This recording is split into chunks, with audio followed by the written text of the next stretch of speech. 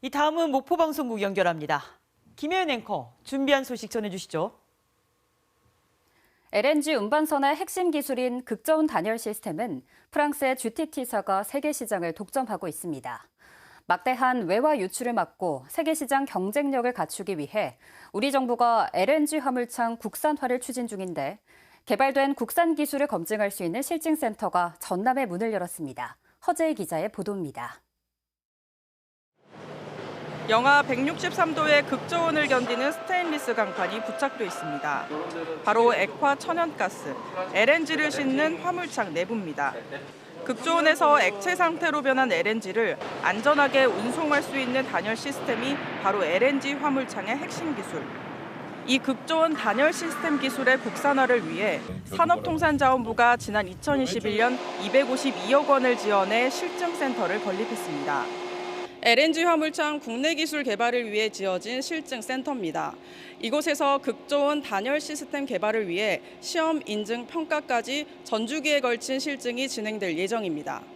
정부가 국산화에 박차를 가하는 이유는 LNG 화물선 한 척을 건조할 때마다 180억 원의 기술 사용료가 프랑스 GTT사에 지급되기 때문입니다. 조선소와 대학 연구실에서 파편적으로 이뤄지던 연구도 통합적으로 이뤄지게 돼 기술 개발에 속도가 붙을 전망입니다. 단열 시스템이 개발되면 반드시 성능 평가가 필요한데 그런 성능 평가를 지원할 수 있는 기관이 그동안 없었습니다. 근데 이번에 저희가 산업부의 지원을 받아서 국내 최초로 그런 단열 시스템들의 성능 평가를 할 수 있는. 단순 제조에만 머물렀던 전남 조선업계에도 새로운 바람이 불 것으로 기대되고 있습니다. 센터를 중심으로 해서 모든 기술 네트워크가 만들어지게 되는 거고 그 기술 네트워크를 중심으로 해서 엔지니어들이 모이기 때문에 앞으로 이쪽에 한국형 모델에 대한 부품 소재 업체에 집중하라든가. 한국형 LNG 화물창 기술 개발이 조선업에 새로운 도약을 가져올지 주목됩니다. KBS 뉴스 허재입니다. 김영록 지사는 오늘 전남도청에서 실국 정책회의를 열고 의료계가 전남도의 통합대학 국립의대 추진에 반대 의견을 냈지만 의대 없는 전남을 꼭 받아줘야 한다는 생각도 하는 것으로 안다며 지역의료 완결 체계 차원에서 의료계가 이를 수용하도록 적극 설득하겠다고 밝혔습니다. 또 국립의대를 중심으로 지역의 부족한 의사를 확충하는 등 지역 의료 체계가 피라미드 구조로 완결성을 갖도록 해야 한다고 강조했습니다.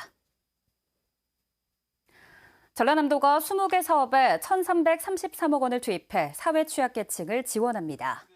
전남도는 사회보장 정보 시스템에서 발굴한 위기 가정은 긴급복지 지원제도와 연계해 생계유지비와 연료비 등을 지원하고 생계가 어려운 주민들에게도 난방시설 수리나 화재 예방 점검, 노후주택 개선 사업 등을 벌입니다.